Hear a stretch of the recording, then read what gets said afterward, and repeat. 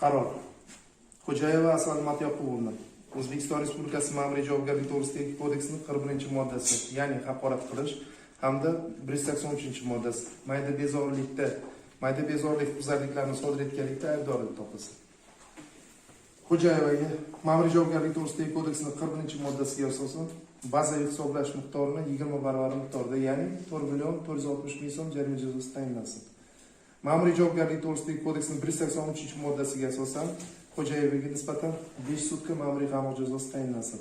Ma'muriy javobgarlik to'g'risidagi kodeksining 34-moddasiga asosan Xo'jayeva Asal Matyoqubovnaga nisbatan uzr kesilib 5 sutka ma'muriy qamoq jazosi tayinlansin. Jazoni o'tash muddati 2020-yil 2-noyabr kunidan boshlab hisoblansin.